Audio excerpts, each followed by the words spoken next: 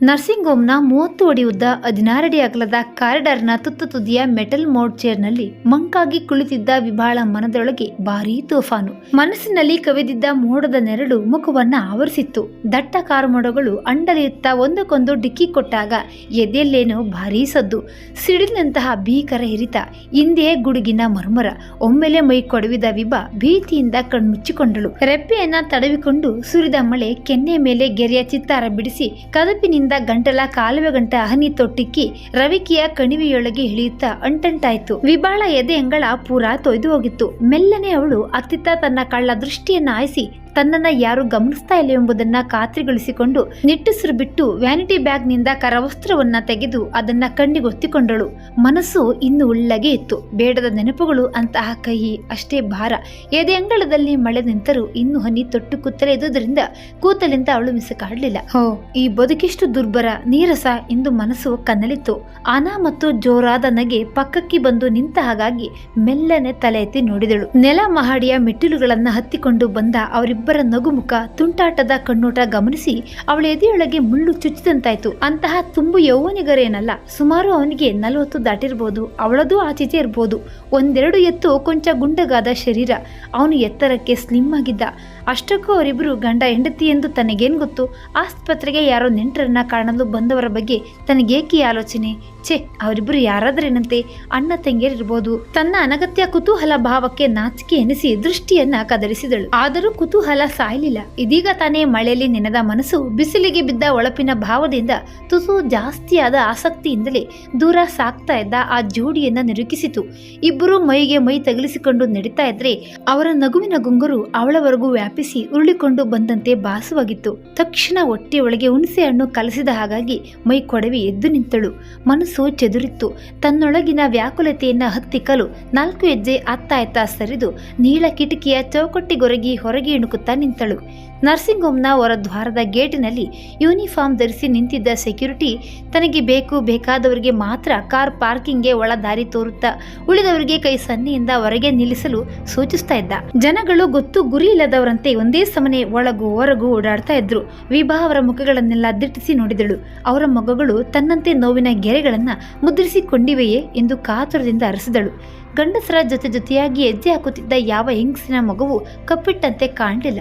ಬಿಸಿಲಿಗೂ ಬಾಡಿದ ಲಕ್ಷಣ ಇರಲಿಲ್ಲ. ಅಯಾಚಿತ ನಿಟ್ಟುಸಿರು ಹೊರಬಿತ್ತು. ಹೋ, ಈ ಜಗತ್ತಿನ ಸರ್ವರೂ ತುಂಬಾ ಸಂತೋಷವಾಗಿ ಇದ್ದಾರೆ. ಗಾಢವಾದ ಮೇಕಪ್ಪು, ಸಿಂಗಾರ, ಬಂಗಾರಗಳಲ್ಲಿ ಕಂಗೊಳಿಸ್ತಾ ಇದ್ದ ಅವರನ್ನ ಕಾಣುತ್ತಾ ವಿಭಾ ತನಗರಿವಿಲ್ಲದೆ ಮತ್ತಷ್ಟು ಮಂಕಾದಳು. ವಿಷಾದ ಅವಳೊಳಗೆ ತಿರುಗಣಿಯಾಗಿತ್ತು. ತನ್ನೊಬ್ಬಳನ್ನ ಬಿಟ್ಟು ಈ ವಿಶ್ವದ ಸಮಸ್ತರು ಸುಖಿಗಳಾಗಿದ್ದಾರೆ.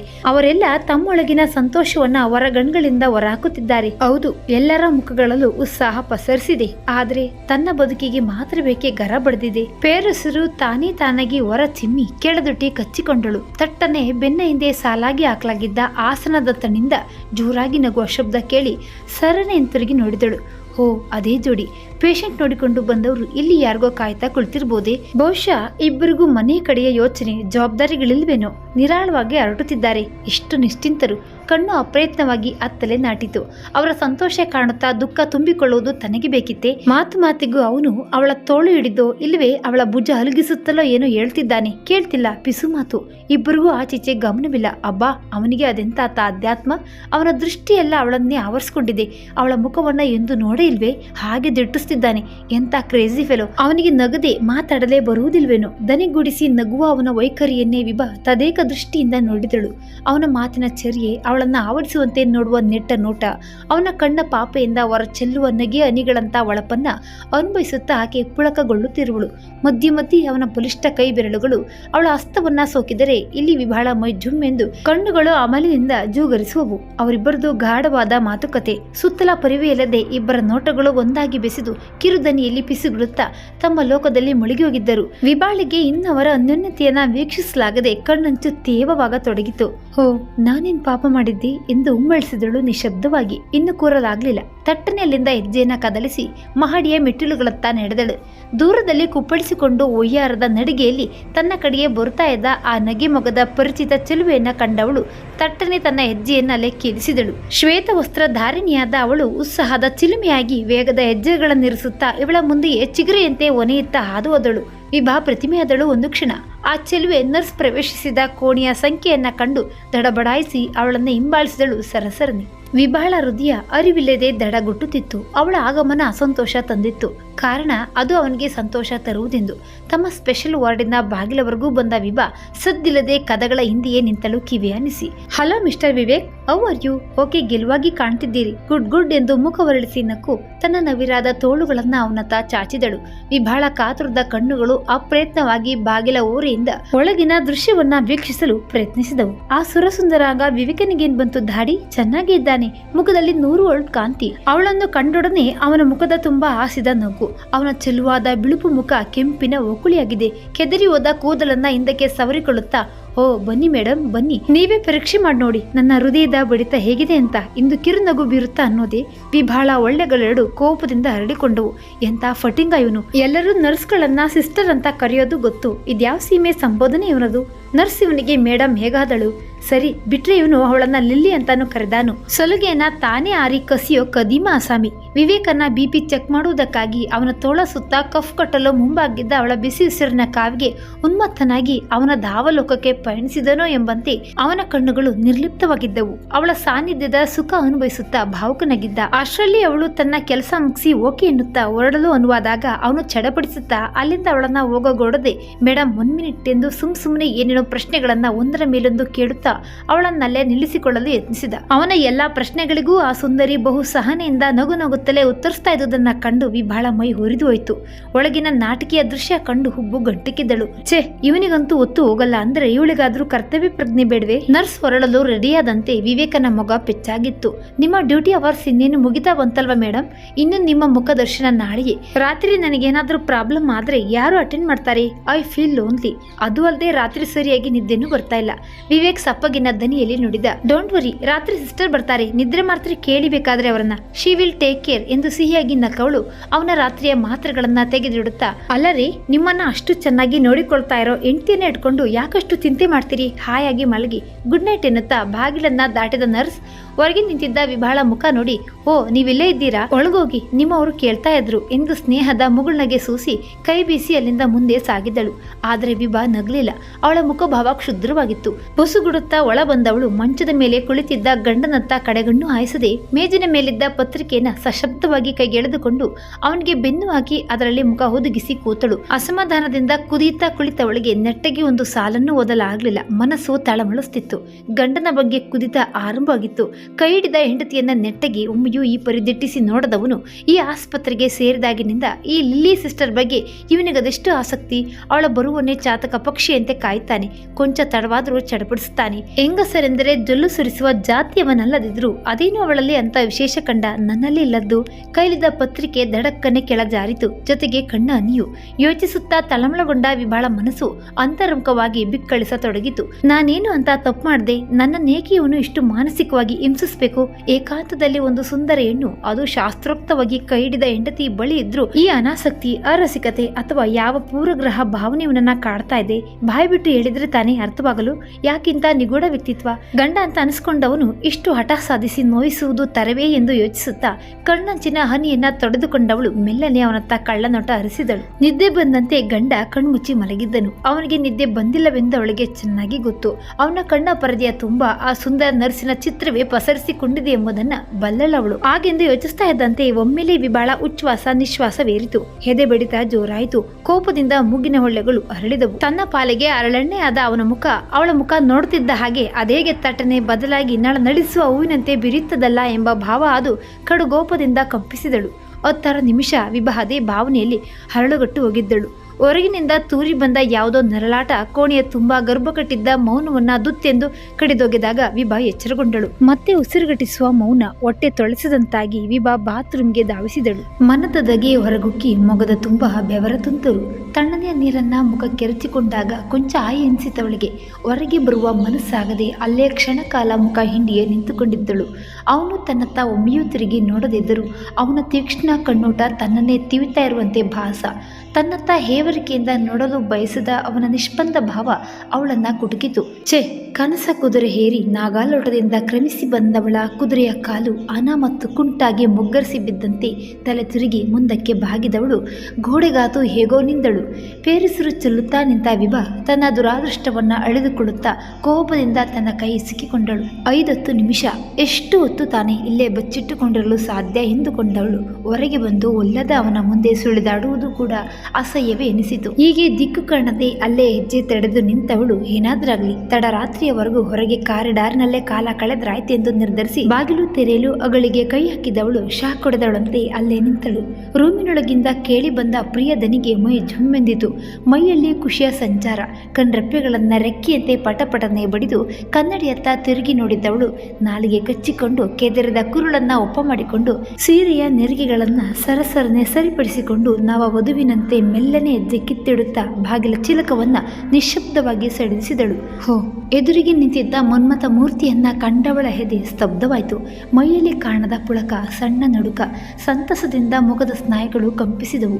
ಏನ್ ಮೇಡಮ್, ಏನಂತಾರೆ ನಿಮ್ಮ ಯಜಮಾನ್ರು? ನಿಜ ಹೇಳಬೇಕು ಅಂದ್ರೆ ನಾವಲ್ಲ ಡಾಕ್ಟ್ರು, ನೀವು. ನಿಮ್ಮ ಪ್ರೀತಿಯ ಆರೈಕೆಗೆ ಇವರ ಜ್ವರ ಹಾರಿ ಹೋಗಿದೆ ನೋಡಿ. ಇವತ್ತಂತೂ ತುಂಬಾ ಗೆಲುವಾಗಿದ್ದಾರೆ. ನಾಳೆ ನಾಡಿದ್ರಲ್ಲಿ ಡಿಸ್ಚಾರ್ಜ್ ಮಾಡಬಹುದು. ಎದುರಿಗೆ ನಿಂತಿದ್ದ ಚಲುವನ ಮಾತುಗಳು ಅವಳ ಕಿವಿಯೊಳಗೆ ಹೋಗುವ ಬದಲು ಅವಳ ಕಂಗಳು ಎವೆ ಹೆಕ್ಕದೆ ಅವನ ಹರಳುವ ಸುಳಿ ದುಟಿಗಳನ್ನೇ ದಿಟ್ಟಿಸ್ತಾ ಇದ್ವು. ಮೈಮರಿತು.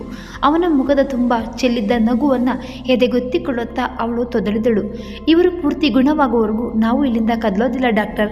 ನಿಮ್ಮ ಕೇರ್ ನಮಗೆ ತುಂಬಾ ಮುಖ್ಯ ಎಂದ ವಿಭಾ ಯುವ ವೈದ್ಯನ ಮಗುವನ್ನೇ ತನ್ಮೇಳಾಗಿ ತಿಟ್ಟಿಸಿದಳು, ತನ್ನ ಮಾತಿನ ಅರ್ಥವರಿಯದೆ. ವಿವೇಕನು ತಟ್ಟನೆ ಅವಳ ನುಡಿಗೆ ದನೆಗೂಡಿಸುತ್ತಾ, ಎಸ್ ಡಾಕ್ಟರ್, ಮನೆಗೋಗಿ ಮತ್ತೆ ರಿಲ್ಯಾಪ್ಸ್ ಆದ್ರೇನು ಗತಿ? ಹಣ ಖರ್ಚಾದರೂ ಚಿಂತೆ ಇಲ್ಲ. ನಾನು ಈಗಲೇ ಮನೆಗೆ ಹೋಗೋಕೆ ತಯಾರಿಲ್ಲ. ಇನ್ನು ಸ್ವಲ್ಪ ದಿನ ಇಲ್ಲೇ ಇರ್ತೀನಿ ಎಂದು ಖಂಡಿತವಾಗಿ ನುಡಿದಾಗ ಅವಳಿಗೆ ಹಿಗ್ಗು. ರೊಟ್ಟಿ ಜಾರಿ ತುಪ್ಪಕ್ಕೆ ಬಿದ್ದ ಖುಷಿ ಇಬ್ಬರಿಗೂ. ಯಾವ ವಿಷಯದಲ್ಲಿ ಒಮ್ಮತ ಬೀಳದಿದ್ದರೂ ಈ ದಿನ ಎರಡೂ ವಿರುದ್ಧ ಧ್ರುವಗಳು ಒಂದಾಗಿದ್ದವು. ಡಾಕ್ಟರ್ ಸುದೀಪ್ ಬರಿದೇನಕ್ಕ ಸುಳಿಗಲ್ಲದ ಮೇಲೆ ಗುಳಿ ಬೀಳುವಂತೆ. ವಿಭಾಳಿಗಂತೂ ಪ್ರಜ್ಞೆಯೇ ತಪ್ಪಿ ಹೋದಂತಾಯ್ತು. ಇನ್ನೇನು ಅವನು ಕೋಣೆಯಿಂದ ನಿರ್ಗಮಿಸುತ್ತಾನೆನ್ನುವಷ್ಟರಲ್ಲಿ ನಿರಾಶಲಾದ ಅವಳು ಬವಳಿ ಬಂದಂತಾಗಿ ಜೋಗರಿಸಿದಳು. ತಟ್ಟನೆ ಸುದೀಪ್ ತನ್ನ ಸದೃಢ ಭಾವಗಳಿಂದ ಅವಳನ್ನ ಬಳಸಿ ಎದುರಿಗಿದ್ದ ಬೆಡ್ ಮೇಲೆ ಕೂರಿಸುತ್ತಾ, madam, are you all right ಎಂದು ಅವಳ ಕೈ ಹಿಡಿದು ನಾಡಿ ಪರೀಕ್ಷಿಸತೊಡಗಿದ. ಸೆತಸ್ಕೋಪ್ ನೆತ್ತಿ ಅವನು ಅವಳ ಎದೆಯ ಮೇಲಿಟ್ಟಾಗ ವಿಭಾಳಿಗೆ ಮೈದುಮ್ಮೆಂದು, ಓ, ಈಗಲೇ ತನ್ನ ಪ್ರಾಣ ಹಾರಿ ಹೋಗಬಾರ್ದೆ ಎಂಬ ಕನವರಿಕೆ. ಅವನ ಬಿಸುಪಿನ ಹಸ್ತಸ್ಪರ್ಶಕ್ಕೆ ಜೊಂಪಿಡಿದು ಅವಳ ಉಸಿರಾಟ ಜೋರಾಯಿತು. ಜ್ವರವಿದೆಯೇ ಎಂದವನು ಪರೀಕ್ಷಿಸಲು ಅವಳ ಹಣೆಯ ಮೇಲೆ ಕೈ ಒತ್ತಿದಾಗ ಅವಳು ಸುಖದಿಂದ ಉಳಿದಳು. ಆದರವನು ಅವಳ ಅಂತರಂಗದೊಳಗಿನ ಮಿಡಿತವನ್ನ ಗುರುತಿಸಲಾರದೆ ಗಂಭೀರವಾಗಿ, ಸ್ವಲ್ಪ ರೆಸ್ಟ್ ತಗೊಳ್ಳಿ ನೀವು ಎಂದವಳ ಭುಜಗಳನ್ನ ಹಿಂದಕ್ಕೆ ಮೆಲ್ಲನುತ್ತಿ ಭಾಗಿ ಅವಳನ್ನ ಹಾಸಿಗೆ ಮೇಲೊರಗಿಸಿದ. ಅವನ ಹಸ್ತಸ್ಪರ್ಶದ ಬಿಸುಪಿನಲ್ಲಿ ಮೀಯುತ್ತಾ ಅವಳ ಕಣ್ಣುಗಳು ತನಗೆ ತಾನೇ ಮುಚ್ಚಿಕೊಂಡವು. ಸುತ್ತಲ ಪ್ರಪಂಚ ಮರೆತು ಕನಸಿನ ಲೋಕಕ್ಕೆ ಹಾರಿ ಹೋದಳು ವಿಭಾ.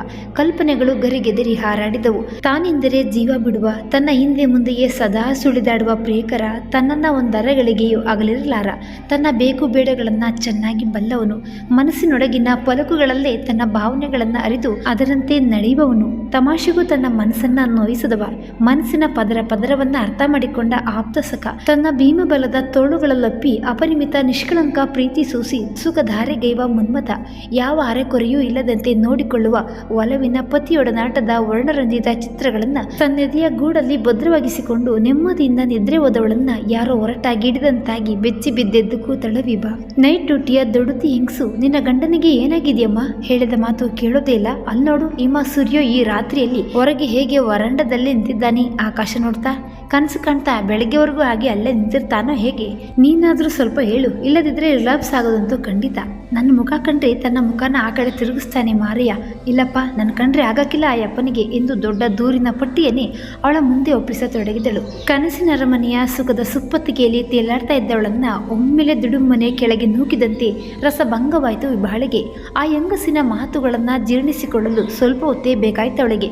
ಗಂಡನ ಹಠದ ಮುಂಡು ಸ್ವಭಾವ ಬಲ್ಲ ಅವಳಿಗೆ ಅದೇನಂತ ವಿಚಿತ್ರವೆನಿಸ್ತಿಲ್ಲ. ಅವನನ್ನ ಓಲೈಸಿ ಒಳಗೆ ಕರ ತರುವುದಂತೂ ತಾನೊಲ್ಲದ ದೂರದ ಮಾತು.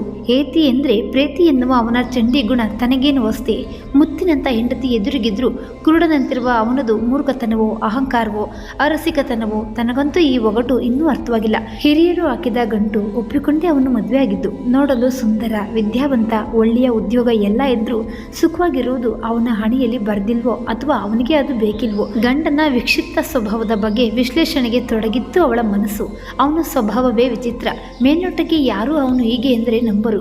ಬಹು ಸಭ್ಯಸ್ಥನಾಗಿ ವಿನೀತನಾಗಿ ಕಾಣುವ ಅವನ ಒರಟುತನ, ಮೃಗತ್ವ ಬಲ್ಲವಳು ಅವಳು ಮಾತ್ರ. ಹುಟ್ಟು ಅರಸಕನಿರಬೇಕು. ಗಂಡಸಿಗಿರಬೇಕಾದ ಯಾವ ಸಹಜ ಆಸೆ ಆಕಾಂಕ್ಷೆಗಳು ಅವನಿಗಿಲ್ಲವೆಂದು ತನಗೆ ಭಾಸವಾದರೂ ಅಥವಾ ಗುಪ್ತಗಾಮಿನಿಯಂತೆ ಇರಬಹುದಾದರೂ ಪ್ರೀತಿಯನ್ನ ನಿರ್ಮಲವಾಗಿ ವ್ಯಕ್ತಪಡಿಸಲಾರದಷ್ಟು ಕೃಪಣನವನು. ಹೆಂಡತಿಯ ಬಳಿ ಸೇರಿದರೆ ಅದನ್ನವಳು ತನ್ನ ದೌರ್ಬಲ್ಯವೆಂದು ತಿಳಿದು ನಂತರ ತನ್ನ ಮೇಲೆ ಸವಾರಿಗೈದರೆ ಎಂಬ ಭಯವೋ ಅಳುಕೋ ಎಂಬುದವಳಿಗೆ ಅಸ್ಪಷ್ಟ. ಸರಸಕ್ಕೆ ಸಂಕೋಚ ಪಡುವ ಅವನು ಹೆಂಡತಿಯೊಂದಿಗಿನ ಪ್ರೀತಿಯ ಕ್ಷಣಗಳಲ್ಲಿ ತಾನವಳಿಗೆ ಶರಣಾದಂತೆ ಸೋಲೊಪ್ಪಿಕೊಂಡಂತೆ ಎಂಬ ಸಂಕೀರ್ಣ ಭಾವ ಆದ ಕಾರಣ ಅವಳಿಗಷ್ಟು ಸಲಿಗೆ ಕೊಡಬಾರ್ದು, ಬಿಗಿಯಾಗಿ ಇರಬೇಕೆಂಬ ಪೂರ್ವ ನಿರ್ಧರಿತ 108 ಊಹಾಪೋಹಗಳು ಅವನನ್ನು ಬಿಟ್ಟು ಬಿಡದೆ ಕಾಡ್ತಾ ಇದ್ವು. ಜೊತೆಗೆ ಸರಳವಾಗಿ ಸಹಜವಾಗಿ ಇರಗೊಡದ ಅವನ ಒಣಜಂಬ ಅಹಂಭಾವಗಳು ಅವನನ್ನು ಕಟ್ಟಿಹಾಕಿದ್ದವು ಕೂಡ.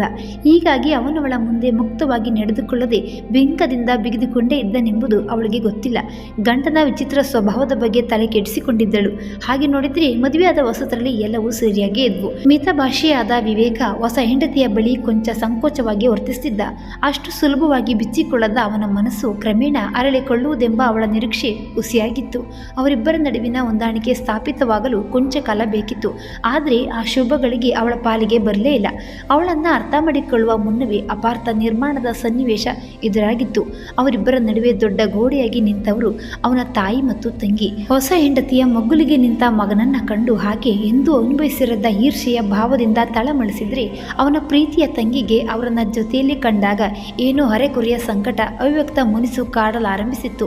ಇದುವರೆಗೂ ತಾಯಿ ತಂಗಿಯನ್ನೇ ಸರ್ವಸ್ವವೆಂದು ಭಾವಿಸಿದ್ದ ಅವನ ಪ್ರೀತಿ ಈಗ ಪಾಲಾಗುವುದನ್ನ ಇಬ್ಬರು ಸಹಿಸದಾದರು. ದಿನ ಮನೆಗೆ ಬರುತ್ತಿದ್ದ ಹಾಗೆ ತಾಯಿ ವಿಭಾಳ ಮೇಲೆ ಇಲ್ಲದ ದೂರು ಸಲ್ಲಿಸ್ತಾ ಇದ್ರೆ ತಂಗಿ ಮುಖ ಓದಿಸ್ಕೊಂಡು ತಾನೇ ತುಂಬಾ ಓದಿದ್ದೀನಿ ಅಂತ ಜಂಬಾಕೊಂಡು ಅವಳಾಯ್ತು ಅವಳ ರೂಮ್ ಆಯ್ತು, ನಮ್ಮಗಳ ಜೊತೆ ಬೆರೆಯೋದೇ ಇಲ್ಲ, ಅಮ್ಮನನ್ನು ಕೇಳಿ ನೋಡಬೇಕಾದ್ರೆ ಎಂದು ಚಾಡಿ ಕೊರೆದಾಗ ವಿವೇಕನ ವಿವೇಕವೆಲ್ಲಿ ಜಾಗಿ ಹೋಗಿರ್ತಿತ್ತು. ಈ ಬಗ್ಗೆ ವಿಭಾಳಲ್ಲಿ ಏನೂ ವಿಚಾರಿಸದೆ ಮೌನವಾಗಿ ಗೋಡೆ ಕಡೆ ತಿರುಗಿ ಮಲಗಿಬಿಡ್ತಿದ್ದ. ಆಗೆಲ್ಲ ಅವಳಿಗೂ ಅಷ್ಟೇ ಬಿಂಕ ಅಡ್ಡ ಬರ್ತಾ ಇತ್ತು. ಅವನು ಗೇಣು ಬಿಟ್ಟರೆ ಇವಳು ಮಾರು ಬಿಡುವಷ್ಟು ಸ್ವಾಭಿಮಾನಿ. ದೂರವೇ ಆಯ್ತು. ತಾತ್ಕಾಲಿಕ ದೂರ ಸರಿಯತೊಡಗಿದ್ದು ಬರುತ್ತಾ ಅದು ಗಂಭೀರ ಸ್ವರೂಪ ತಳೆದು ಅವರಿಬ್ಬರು ಒಂದೇ ರೂಮ್ನಲ್ಲಿದ್ದರು ಅಪರಿಚಿತರಾಗಿ ಉಳಿದ್ಬಿಟ್ರು.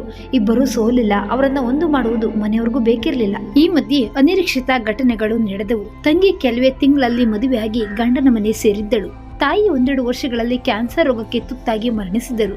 ಮನೆಯಲ್ಲೀಗ ಅವರಿಬ್ಬರನ್ನ ಬೇರ್ಪಡಿಸುವವರು ಯಾರೂ ಇಲ್ಲದಿದ್ರು ಹಳೆಯ ಅಭ್ಯಾಸವೇ ಮುಂದುವರೆದಿತ್ತು. ಅವರಿಬ್ಬರ ನಡುವೆ ಯೋಜನೆ ದೂರದ ಅಂತರ ಬೆಳೆದಿತ್ತು. ಅವನ ಕಠೋರ ನಡೆ ಅವಳಿಗೆ ಬೇಸರ, ನಿರುತ್ಸಾಹ ತರಿಸಿದ್ರೆ ಅವಳ ಕಡು ಕೋಪದ ಮೊಗ ಅವನಿಗೆ ದರ್ಪದ ದಬ್ಬಾಳಿಕೆಯ ಮುಖವಾಡವಾಗಿ ಭಾಸವಾಗುತ್ತಾ ಅವಳನ್ನ ದೂರ ಬೀರಿಸಿ ನೋಯಿಸಿ ಕಣ್ಣೀರು ಹಾಕಿಸ್ಬೇಕೆಂಬ ಛಲ ಹಠ ಬೆಳೆದಿತ್ತು. ಇಬ್ಬರೂ ಸೌಹಾಸ್ಯರಾಗಿ ವಿಮುಖರಾಗಿದ್ದರು. ದಿನ ಕಳೆದಂತೆ ಗಂಡ ಹೆಂಡಿಯರ ಮಧ್ಯೆ ವಿನಾಕಾರಣ ಮನಸ್ತಾಪ ಬೆಳೆದು ದೂರವೇ ಉಳಿದರು. ಅವನ ಸಂಕೀರ್ಣ ಅಂತರ್ಮುಖಿ ಸ್ವಭಾವದ ಎಳೆಗಳನ್ನ ಬಿಡಿಸಲಾರದೆ ವಿಭಾ ಸೋತಿದ್ದಳು. ಆದರೆ ಅವನಿಗೆ ಅವಳೇ ಹಠಮಾರಿ ಎನಿಸಿದ್ದಳು. ಆದರೆ ಸಂಜೆ ರಾತ್ರಿಗಳಲ್ಲಿ ನಿಶಬ್ದ ತೊಟ್ಟಿಡುವ ಹೊತ್ತಿನಲ್ಲಿ ಇಬ್ಬರು ಮೇಣದ ಬತ್ತಿಯಂತೆ ಕರಕರಗುತ್ತಾ ಅವರಿಗರಿವಿಲ್ಲದೆ ಅವ್ಯಕ್ತ ಪ್ರೀತಿಯ ಅಂಬಲದಲ್ಲಿ ತೋಯ್ತಾ ಇದ್ರು. ಇದೇ ದಿನಚರಿಯ ಈ 6 ವರ್ಷಗಳ ದಾಂಪತ್ಯದಲ್ಲಿ ಪರಸ್ಪರ ಅಸಹನೀಯ ಹೊಗೆ ಕಡಿಮೆ ಆಗಿರಲಿಲ್ಲ. ಪ್ರತ್ಯೇಕ ಸಂಸಾರ ನಡೆಸ್ತಾ ಇದ್ದುದರಿಂದ ಯಾರಿಗೂ ಅವರ ನಡುವಣ ಹಳಸಿದ ಸಂಬಂಧ ಗೊತ್ತಾಗುತ್ತಿರಲಿಲ್ಲ. ಮಾನಕ್ಕೆ ಅಂಜಿ ವಿಭಾ ತವರಿನವರಿಗೂ ಈ ಗುಟ್ಟು ಬಿಟ್ಟು ಕೊಡದೇ ಇದ್ರು ಒಳಗೊಳಗೆ ಕನಲಿ ಕೆಂಡವಾಗಿದ್ದಳು. ತನ್ನನ್ನ ನೋಯಿಸುವುದರಲ್ಲೇ ಸುಖ ಕಾಣುವ ಇವನಿಗೆ ಡೈವರ್ಸ್ ಕೊಟ್ಟು ತವರಿನಲ್ಲಿ ನೆಲೆಸಿಬಿಡ್ಲೆ ಎಂದವಳಿಗೆ 1000 ಬಾರಿ ಅನಿಸಿತ್ತು. ಆದರೆ ಮುಂದಡಿ ಇಡಲು ಮಾತ್ರ ಧೈರ್ಯ, ಕಸುವು ಇಲ್ಲದೆ ಅವನಿಗೆ ಇಂದಲ್ಲ ನಾಳೆ ಬುದ್ಧಿ ಬರಬಹುದೆಂಬ ದೂರದಾಸೆಯಿಂದ ದಾಂಪತ್ಯದ ಗಂಟನ್ನ ಬಿಡಿಸಿರಲಿಲ್ಲ ಅಷ್ಟೇ. ವಿವೇಕ ಬುದ್ಧಿಪೂರ್ವಕವಾಗಿ ತನ್ನ ಆಸೆ ಆಕಾಂಕ್ಷೆಗಳನ್ನ ನಿಯಂತ್ರಿಸಿಕೊಂಡಿದ್ದನಾದರೂ ಅಷ್ಟು ಸುಲಭಕ್ಕೆ ಬಗ್ಗುವ ಆಸಾಮಿ ಅವನಾಗಿರಲಿಲ್ಲ. ಎಂದೋ ಅವಳಾಡಿದ ಒಂದು ಮಾತು, ಇಡಿಸದ ಒಂದು ನಡವಳಿಕೆಯ ಬಗ್ಗೆ ಮುನಿದು ಅವಳನ್ನ ಕಾಡುವ ಭರದಲ್ಲಿ ತನಗೆ ದಕ್ಕಬೇಕಾದ ಸುಖದಿಂದಲೇ ವಂಚಿತನಾಗ್ಬಿಟ್ಟಿದ್ದ. ಉದ್ಯೋಗದಲ್ಲಿದ್ದ ವಿಭಾ ತನ್ನ ಸುಪ್ತ ಬಯಕೆಗಳನ್ನೆಲ್ಲ ಒತ್ತಾಯವಾಗಿ ಅದುಮಿಟ್ಟು ಹೊರಗೆ ಸ್ಥಿತ ಪ್ರಜ್ಞಳಂತೆ ಗೆಳತಿಯರೊಂದಿಗೆ ಪೋಸು ಕೊಡ್ತಾ ಇದ್ದಳು. ತನಗೊಬ್ಬ ಗಂಡ ಇದ್ದಾನೆಂಬುದನ್ನ ಪ್ರಯತ್ನ ಪೂರ್ವಕವಾಗಿ ಮರೆಯಲೆತ್ನಿಸುತ್ತಾ ಅವಳು ತನ್ನ ಕಲ್ಪನಾ ಜಗತ್ತಿನ ದೃಶ್ಯಗಳನ್ನ ದೊಡ್ಡ ಕ್ಯಾನ್ವಾಸ್ನ ಮೇಲೆ ಹರವಿ ತನಗೆ ಬೇಕಾದ ಬಣ್ಣಗಳನ್ನ ಚೆಲ್ಲಿ ಸುಖದ ನಗರಿಯನ್ನ ಸೃಷ್ಟಿಸಿಕೊಂಡಿದ್ದಳು. ಅವಳ ಕಲ್ಪನಾ ರಾಜ್ಯದಲ್ಲಿ ಅವಳನ್ನ ಕಡು ಪ್ರೀತಿಸುವ ಸುಂದರ ರಾಜಕುಮಾರನ ಆಟಗಳು 108. ಅದರಲ್ಲಿ ಸಂತೃಪ್ತಿ ಅವಳಿಗೆ ಅವಳಿಗೆ. ಅದು ಬಿಟ್ಟು ವಾಸ್ತವ ಜಗತ್ತಿನ ಯಾವ ರಾಜಕುಮಾರನು ಅವಳನ್ನ ಕಾಡಿರಲಿಲ್ಲ. ವಿವೇಕನದು ಅದೇ ಕಥೆಯೇ. ಪಕ್ಕದಲ್ಲೇ ಹೆಂಡತಿ ಇದ್ದರೂ ಕುಣಿವ ಆಸೆಗಳನ್ನ ಹತ್ತಿಕ್ಕಲಾರದೆ ಬರೀ ಕನಸಿನ ಕನ್ಯೆಯರೊಡನೆ ಒಲವಿನ ಹೊಸಗೆ ಸದಾ ಕನಸು ಕಾಣುತ್ತಾ ಸಡಗರಿಸುವ ಬೆಸುಗೆ. ಗಂಡ ಹೆಂಡತಿಯರಿಬ್ಬರದು ಅವರವರದೇ ಆದ ಅದ್ಭುತ ಸೃಷ್ಟಿಲೋಕ. ಲೋಕದ ಕಣ್ಣಿಗೆ ಗಂಡ ಹೆಂಡತಿಯರಾದ ಅವರಿಬ್ಬರು ಹೀಗೆ ಒಟ್ಟಾಗಿ ಆತ್ಮೀಯರಂತೆ ವ್ಯವಹರಿಸಬೇಕಾದ ಸನ್ನಿವೇಶ ಒದಗಿದ್ದೇ ಈಗ. ಅದು ವಿವೇಕನಿಗೆ ಇದ್ದಕ್ಕಿದ್ದ ಹಾಗೆ ಟೈಫಾಯ್ಡ್ ಜ್ವರ ಕಾಣಿಸಿಕೊಂಡು ನರಳಲಾರಂಭಿಸಿದಾಗ ಅವಳು ಪ್ರೀತಿಯಿಂದಲ್ಲದಿದ್ರು ಮಾನವೀಯತೆಯಿಂದ ತಕ್ಷಣ ಅವನನ್ನ ನರ್ಸಿಂಗ್ ಹೋಮ್ಗೆ ಅಡ್ಮಿಟ್ ಮಾಡಿ 15-20 ದಿನಗಳೇ ಉರುಳಿದ್ದವು. ಅನಿವಾರ್ಯವಾಗಿ ಕೆಲಸಕ್ಕೆ ರಜಾ ಹಾಕಿ ಅವನನ್ನ ನೋಡಿಕೊಳ್ಳುವ ಹೊಣೆ ಹೊತ್ತಿದ್ದಳು. ಆದರೆ ಇಲ್ಲೂ ಅವರಿಬ್ಬರ ನಡುವೆ ಅದೇ ರಾಗ ಅದೇ ಹಾಡಿನ ಕಣ್ಣ ಮುಚ್ಚಾಲೆ ಆಟ ಮುಂದುವರೆದಿತ್ತು. ಅವನ ಮುಖ ಅತ್ತ, ಇವಳದು ಇತ್ತ. ಅವಳಿಗೆ ಅರಿವಿಲ್ಲದೆ ಅವಳ ಮನ ಇಲ್ಲಿಗೆ ಬಂದಾಗಿನಿಂದ ಡಾಕ್ಟರ್ ಸುದೀಪ್ ನನ್ನ ಕಂಡರೆ ಬೆಣ್ಣೆಯಂತೆ ಕರಗುತ್ತಿದೆ. ಆಸೆ ಚಿಗುರುತ್ತಿದೆ. ಚಿತ್ತ ಚಂಚಲತೆಯಿಂದ ಓಲಾಡುತ್ತಿದೆ. ಕನಸುಗಳ ಚಿತ್ರಕ್ಕೆ ಮೆರುಗು ತುಂಬಲು ಬಣ್ಣಗಳಿಗಾಗಿ ತಡಕಾಡುವಂತಾಗಿದೆ. ಕನಸಿನ ರಾಜಕುವರನನ್ನ ಚಿತ್ರಿಸಲು ಕ್ಯಾನ್ವಾಸ್ ಹರಡಿ ಕುಳಿತಾಗಿದೆ. ಕುಂಚ ಕೈಯಲ್ಲಿ ಸುತ್ತ ವಿವಿಧ ವರ್ಣದ ಕುಡಿಕೆಗಳು. ವಿವೇಕನ ಮೈಯಲ್ಲೂ ಬಿಸುಪು ಕಾಣಿಸಿಕೊಂಡಿದೆ. ಯಾವುದೋ ಹಠದಿಂದ ಹೆಂಡತಿಯನ್ನ ದೂರ ಮಾಡಿಕೊಂಡ ಬಗ್ಗೆ ಪಶ್ಚಾತ್ತಾಪ ಆವರಿಸಿದ್ದರೂ ಅವಳ ಓಲೈಕೆಗೆ ಮನ ಸಂಕೋಚದಿಂದ ಹಿಂಜರಿಯುತ್ತಿದೆ. ಇತ್ತೀಚಿನ ದಿನಗಳಲ್ಲಿ ಅವಳ ಬಗ್ಗೆ ಮನಸ್ಸು ಮೃದುವಾಗುತ್ತಿದ್ದು ಮನಸ್ಸು ಡೋಲಾಯಮಾನವಾಗಿದೆ. ಸಿಸ್ಟರ್ ಲಿಲ್ಲಿ ಹತ್ತಿರ ಸುಳಿದಾಗ್ಲೆಲ್ಲ ಅವ್ಯಕ್ತ ಬಯಕೆ ಎಡೆಯಾಡಿಸುತ್ತಾ ಮನಸ್ಸಿಗೆ ಮುದ ನೀಡುವ ಅವಳ ನೋಟ ಸನಿಹಕ್ಕೆ ಹಾತೊರೆಯುತ್ತಿದೆ. ಲಿಲ್ಲಿಗೂ ತನ್ನಂತೆಯೇ ತನ್ನ ಬಗ್ಗೆ ಸೆಳೆತದ ಭಾವ ಅಂಕುರಿಸಿರಬಹುದೇ ಎಂಬ ಮಧುರ ಭಾವ ದೋಕುಳಿಯಲ್ಲಿ ಮೀಯತೊಡಗಿದ್ದ. ಗಂಡ ಹೆಂಡತಿಯರಿಬ್ಬರು ತಮ್ಮದೇ ಕಲ್ಪನಾ ಲೋಕದ ಗುಂಗಿನಲ್ಲಿ ಮುಳುಗಿ ಹೋಗಿದ್ದರು ಎಂದು ಪರಪುರುಷನನ್ನ ಕಣ್ಣೆತ್ತಿಯೂ ನೋಡದ ವಿಭಾಳ ಮನಸ್ಸು ಒಯ್ದಾಡುತ್ತಿತ್ತು. ಗಂಡಿನ ಆಸರೆ ಸೌವಾಸದ ತುಡಿತದಿಂದ ಕಂಗೆಟ್ಟಿದ್ದ ಅವಳ ತಲ್ಲಣದ ಮನ ಇದೇ ತಾನೇ ಬಂದು ಹೋದ ಡಾಕ್ಟರ್ ಸುದೀಪನ ನೆನಪಲ್ಲಿ ತೊಯ್ಯುತ್ತಾ ಮೆಲ್ಲನೆ ಕಣ್ತೆರೆದು ಮಲಗಿದ್ದ ಗಂಡನತ್ತ ಹೊರಳಿ ನೋಡಿದಳು. ವಿವೇಕನಿಗೆ ಪ್ರಶಾಂತ ನಿದ್ದೆ. ಸದ್ಯ ಮಲಗಿರುವಾಗ್ಲಾದ್ರೂ ಅವನ ಮಗೋಭಾವ ಪ್ರಶಾಂತವಾಗಿರುವುದನ್ನ ಕಂಡು ಬೇರೆಸಿರು ಚೆಲ್ಲಿದಳು. ಕಳೆದ 20 ದಿನಗಳಿಂದ ಅವನು ತುಂಬಾ ಕಂಗಿಟ್ಟು ಹೋಗಿದ್ದಾನೆಂದೆನಿಸಿ ವೀಗಾಗಿ ಕಾಣ್ತಾ ಇದ್ದ ಅವನ ಬಗ್ಗೆ ಕನಿಕರ ಭಾವ ಜಿನುಗಿ ಮನಸ್ಸು ಅಳ್ಳಕವಾಗತೊಡಗಿತು. ಅಜಾನುಭಾವವಾಗಿ ಚೆಲ್ಲಿದ್ದ ಅವನ ಹರವಾದ ಎದೆ ಮೇಲೆ ತಲೆ ಇಟ್ಟು ಹಾಯಾಗಿ ಮಲ್ಲಬೇಕೆನ್ನುವ ಭಾವ ತುಡಿಯುತ್ತಾ ಚಡಪಡಿಸಿದಳು. ಬೆಳಗಿನ ಸುಮಾರು 9-9:30 ಗಂಟೆ ಇರಬಹುದು. ಇನ್ನೂ ಡಾಕ್ಟರ್ ರೌಂಡ್ಸ್ಗೆ ಬಂದಿರಲಿಲ್ಲ. ವಿವೇಕ್ ಇಲ್ಲಿಗೆ ಬಂದು ಅನೇಕ ದಿನಗಳೇ ಕಳೆದಿದ್ದು ಈಗೀಗ ಕೊಂಚ ಗೆಲುವಾಗಿದ್ದಾನೆ. ಇಂದು ಲಿಲ್ಲಿಯ ದರ್ಶನಕ್ಕಾಗಿ ಆತುರಿದು ನೀಟಾಗಿ ಕ್ರಾಪ್ ಬಾಚಿಕೊಂಡು ನೀಟಾಗಿ ಸಿದ್ಧವಾಗಿ ಅವಳ ನಿರೀಕ್ಷೆಯಲ್ಲಿ ಕಾದು ಕುಳಿತಿದ್ದ. ಹೊರಗೆ ಕಾರಿಡಾರ್ನಲ್ಲಿ ಯಾರೋ ಜೋರಾಗಿ ನಕ್ಕಂತೆ ಕೇಳಿತು. ಅದು ತನ್ನ ಸುದೀಪನ ಕಂಚಿನ ಕಂಠವೇ ಎಂದವಳಿಗೆ ಸ್ಪಷ್ಟವಾಗುತ್ತಿದ್ದಂತೆ ವಿಭಾಳ ಎದೆಯಲ್ಲಿ ಲಬ್ ಡಬ್ ರಿಂಗಣ ಗುಣಿತ. ಅವನ ನಗುವಿನೊಡನೆ ಮಂಜುಳ ಮೋಹಕ ನಗು ಗೆಜ್ಜೆಯಲಿಯಂತೆ ಬೆರೆತು ನಾದ ತುಂತುರಾಯಿತು. ವಿವೇಕನ ಹೃದಯದಲ್ಲಿ ಅದರ ಪ್ರತಿಧ್ವನಿ ಮುರಿತ ಗಟ್ಟಿಯಾಗಿ ತನ್ನ ಎದೆಯನ್ನ ನೇವಿಕೊಂಡ. ಕೆಲವೇ ಕ್ಷಣಗಳಲ್ಲಿ ಹತ್ತಿರವಾದ ಹೆಜ್ಜೆಯ ಸದ್ದು. ಇಬ್ಬರ ಎದೆ ಬಡಿತವು ಜೋರಾಗತೊಡಗಿತು. ದೃಷ್ಟಿ ಬಾಗಿಲತ್ತ ನೆಟ್ಟಿತು. ಆದರೆ ಎದುರಿಗೆ ಬಾಗಿಲಲ್ಲಿ ಅನಾಮತ್ತು ಕಂಡ ಆ ದೃಶ್ಯ ಇಬ್ಬರನ್ನೂ ತಬ್ಬಿಬ್ಬುಗೊಳಿಸಿತು. ಸುದೀಪನ ಆಗಮನಕ್ಕೆ ಸಂಭ್ರಮಿಸಿ ಮೇಲೇಳ ಹೊರಟ ವಿಭಾಳ ಹೆಜ್ಜೆಗಳು ಅಲ್ಲೇ ತಟಸ್ಥವಾದವು. 6 ಅಡಿ ಎತ್ತರದ ಸುಂದರಾಂಗ ಡಾಕ್ಟರ್ ಸುದೀಪ್ ಅದು ಆಸ್ಪತ್ರೆ ಎಂಬುದನ್ನ ಮರೆತು ಪಕ್ಕದಲ್ಲೇ ನಿಂತಿದ್ದ ಕೋಮಲಾಂಗಿಯ ತೆಳು ಸೊಂಟವನ್ನ ಬಳಸಿ ಅವಳ ಕಿವಿಯಲ್ಲಿ ಏನೋ ಉಸಿರಿ ಜೋರಾಗಿ ನಗುತ್ತಿದ್ದ. ಅವನತ್ತ ಮಾದಕ ನೋಟ ನೆಟ್ಟು ಸುತ್ತರ ಜಗತ್ತನ್ನ ಮರೆತು ತುಂಟನಗೆ ಬೀರುತ್ತಿದ್ದ ಸಿಸ್ಟರ್ ಲಿಲ್ಲಿ ಅವನ ತೋಳಿನ ಮೇಲೊಂದು ಉಸಿಗುದ್ದು ಕೊಡುತ್ತಾ ಇವ್ ನಾಟಿ ಎಂದುಳಿದಳು ನಾಚಿ ಬೆಳುಕುತ್ತಾ. ಎದುರಿಗೆ ಬಿಟ್ಟ ಕಣ್ಣು ಬಿಟ್ಟಾಗೆ ದಿಟ್ಟಿಸ್ತಾ ಇದ್ದ ದಂಪತಿಗಳಿಗೆ ಅವರು ಜೊತೆಗಿರುವುದನ್ನ ಕಂಡು ಗರಬಡಿದಂತಾಯ್ತು. ಹೃದಯ ಸ್ತಬ್ಧವಾದಂತೆ ಚಿಟ್ಟಿಲ್ಲದೆ ಎಲ್ಲೋ ಬರಸಿಡಿದು ಬಿಡಿದಂತೆ ಭಾಸವಾಗತೊಡಗಿತು. ಧಬಧಬನೆ ಜೋರಾಗಿ ಒಯ್ದುಕೊಳ್ಳುತ್ತಿದ್ದ ತನ್ನ ಎದೆಯನ್ನ ಜೋರಾಗಿ ಒತ್ತಿಕೊಂಡ ವಿಭಾಳ ಕಣ್ಣಾಳಿಗಳು ಜಲಾಶಯದೊಳಗೆ ಮುಳುಗಿ ಹೋದವು. ಉಗುಳು ನುಂಗಿಕೊಳ್ಳುತ್ತಾ ಮೆಲ್ಲನವಳು ಪಕ್ಕಕ್ಕೆ ಕಣ್ಣು ಹೊರಡಿಸಿ ನೋಡಿದಳು. ವಿವೇಕನ ಅರಳು ಮುಖ ಬಾಡಿ ಹೋಗಿತ್ತು. ತನಗಾದ ಆಘಾತವನ್ನ ಮರೆತು ಅವಳ ಗರಿವಿಲ್ಲದೆ ಅವಳ ಮೊಗದಲ್ಲಿ ಕಿರುನಗೆ ಎಂದು ಹಾದು ಹೋಯಿತು. ಎದುರಿಗೆ ಚಿತ್ರವತ್ತಾಗಿ ನಿಂತಿದ್ದ ಆ ಪ್ರೇಮಿಗಳನ್ನ ದಿಟ್ಟಿಸುತ್ತಾ ನಿರಾಳದ ನಿಟ್ಟಿಸಿರು ಚೆಲ್ಲಿದವಳ ಮನಸ್ಸು ಕೊಂಚ ಹಗುರಾಗಿತ್ತು. ತನಗಾದ ನಿರಾಶೆಗಿಂತಲೂ ಹೆಚ್ಚಾಗಿ ವಿವೇಕನ ಕನಸಿನ ಗುಳ್ಳೆ ಒಡೆದು ಓದುವುದಕ್ಕೆ ವಿಭಾಳಿಗೆ ಪರಮ ಸಮಾಧಾನ ಉಂಟಾಗಿತ್ತು. ಗಂಡನತ್ತ ತಿರುಗಿ ಭರವಸೆಯ ಸಾಂತ್ವನದ ನೋಟ ಬೀರಿದಳು. ಕೊನೆಗೂ ಇಬ್ಬರು ತಮ್ಮ ಬದುಕಿನಲ್ಲಾದ ಅಡಚಣೆಗಳಿಗೆ ಮರುಗುತ್ತಾ ಇನ್ನಾದರೂ ಹೊಂದಿಕೊಂಡು ಬಾಳೋಣ ಎಂದು ಸಂಕಲ್ಪ ಮಾಡಿಕೊಂಡರು. ಮತ್ತೊಂದು ಕಥೆಯೊಂದಿಗೆ ಭೇಟಿಯಾಗೋಣ. ಧನ್ಯವಾದಗಳು.